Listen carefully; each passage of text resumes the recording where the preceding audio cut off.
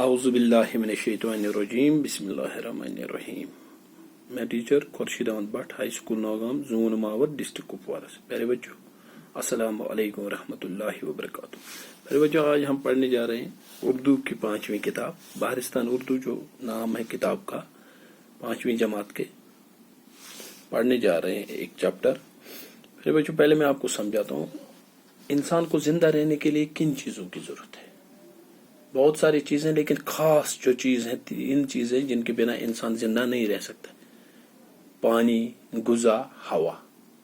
ہاں اتنا ہو سکتا ہے اگر کچھ دن ہمیں پانی نہیں ملے ہم پھر بھی زندہ تھوڑی دیر رہ سکتے ہیں، کچھ دن تک رہ سکتے ہیں، لیکن ایک جانور کی طرح پانی ہمارے ہاتھ پہ میل چڑھے گا، ہمارا جسم میل سے بھرا جائے گا، ہمارا جو غذا ہوگا وہ نہیں ہم کھا سکیں گے کیونکہ پانی کے بنا ہم غذا نہیں پکا سکتے ہیں.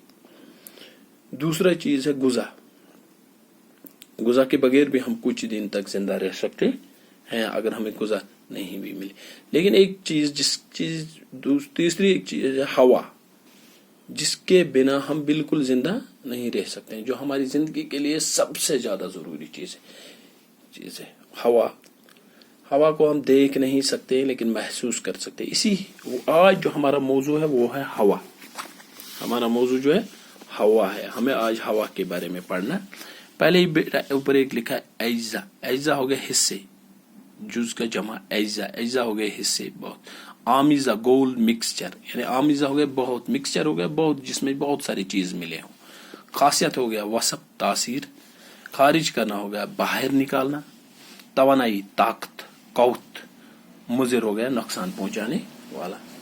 تو ہمارا موضوع ہے بیٹا ہوا، جس کے بارے میں ہمیں پڑھنا ہے. میں نے آپ کو بتایا کہ ہوا کے بغیر ہم زندہ نہیں رہ سکتے.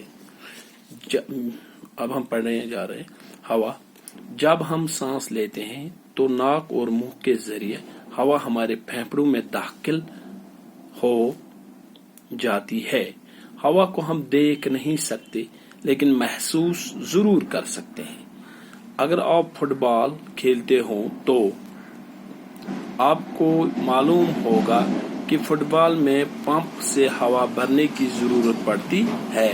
اسی طرح سائیکل کی ٹیوب میں بھی ہوا بھری رہتی ہے. کیا آپ نے کبھی سوچا ہے کہ یہ ہوا کیا چیز ہے؟ ہوا کئی اجزاء کا آمیزہ ہے. آکسیجن اور نائٹروجن اس کے 2 اہم جز ہیں. زمین کے ارد گرد کی ہوا میں ارد گرد کی ہوا میں 21% آکسیجن اور 78% نائٹروجن گیس ہوتی ہے.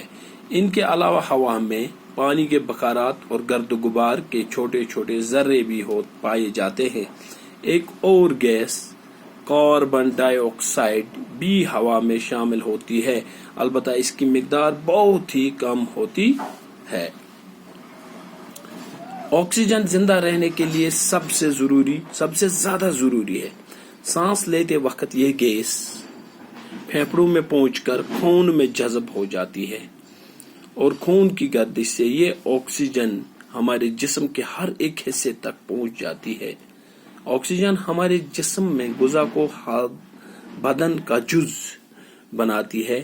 یہ ہمارے جسم میں گرمی پیدا کرتی ہے. ہمارے جسم میں روزانہ تقریباً 1 کلو گرام آکسیجن جذب ہوتی ہے. آکسیجن کی ایک خاصیت یہ ہے کہ یہ خود نہیں جلتی لیکن چیزوں کو جلنے میں مدد دیتی ہے. یہیں تک 2 پیرا آج ہم بیٹا پڑھیں گے. بیٹو پیارے بچوں آپ دیکھو، میں نے پہلے ہی کہا کہ ہوا جو ہے یہ ہم دیکھ نہیں سکتے لیکن محسوس کر سکتے ہیں. یہاں پر ہوا ہے یا نہیں ہے اس کو دیکھنے کے لیے میں آپ کو ایک دکھاتا ہوں. میرے ہاتھ میں ایک پیپر ہے. آپ دیکھو بیٹا یہ پیپر ہل رہا ہے، یہ ہل رہا ہے. اس کا مطلب یہاں پہ کیا ہے؟ ہوا ہے. لیکن یہ ہوا دکھائی نہیں دیتا ہے، یہ ہوا دکھائی نہیں دیتا ہے لیکن محسوس ہمیں ہوتا ہے کہ اس کمرے میں اس وقت جہاں میں بیٹھا ہوں یہاں پہ ہوا ہے. یہ پیپر ہل رہا ہے. اس کو ہلانے والا کیا ہے؟ وہ ہوا ہی ہے. اس کو جو ہلاتا ہے وہاں ہوا ہے، یعنی ہوا ہم محسوس کر سکتے ہیں، دیکھ نہیں سکتے.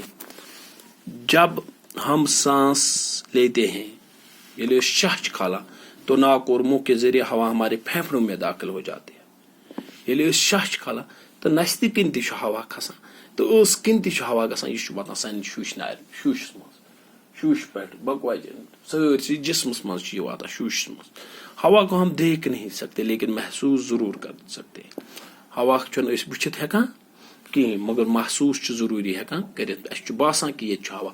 دیکھو آج گرمی ہے بیٹا، کوئی بھی جب دھوپ میں بیٹھتا ہے وہ بولتا ہے جل گئی، کہیں میں جا کے چلا سائے میں بیٹھ جاؤں، کسی پیڑ کے نیچے بیٹھتا ہے پھر کہتا ہے یہاں پہ ہوا ہے.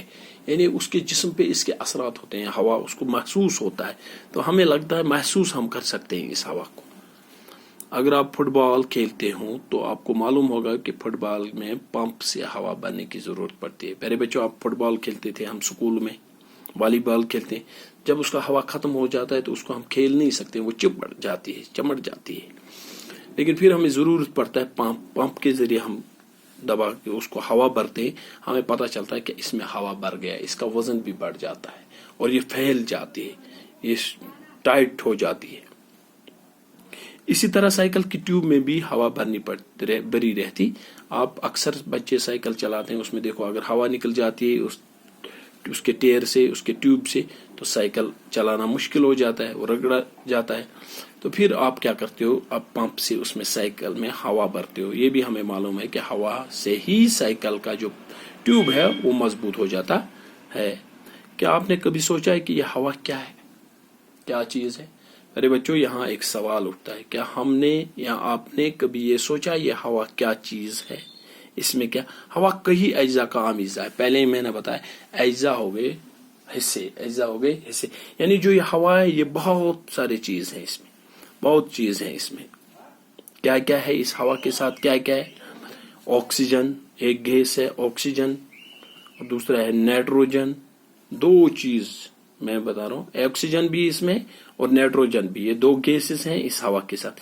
اس کے دو اہم جز ہیں، خاص جز جو اس ہوا کے ہیں، دو اہم جز جو ہیں وہ آکسیجن اور نائٹروجن ہے.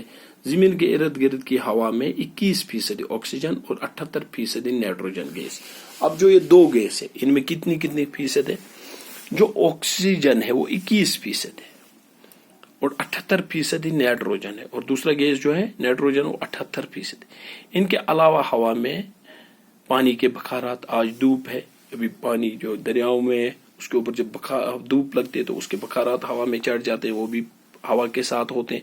اور گرد و غبار وہ تو زیادہ ہی ہے آج کل، فیکٹریوں سے دھواں، باقی چیزوں سے گرد نکلتی ہے، روڈوں سے گردہ اٹھتا ہے، گھروں میں لوگ گردہ ڈالتے ہیں راستوں پہ، وہ گرد جو اٹھ جاتی ہے وہ بھی پوری ہوا کے ساتھ مکس ہو جاتی ہے، اس کے ذرے ہوا میں پائے جاتے ہیں.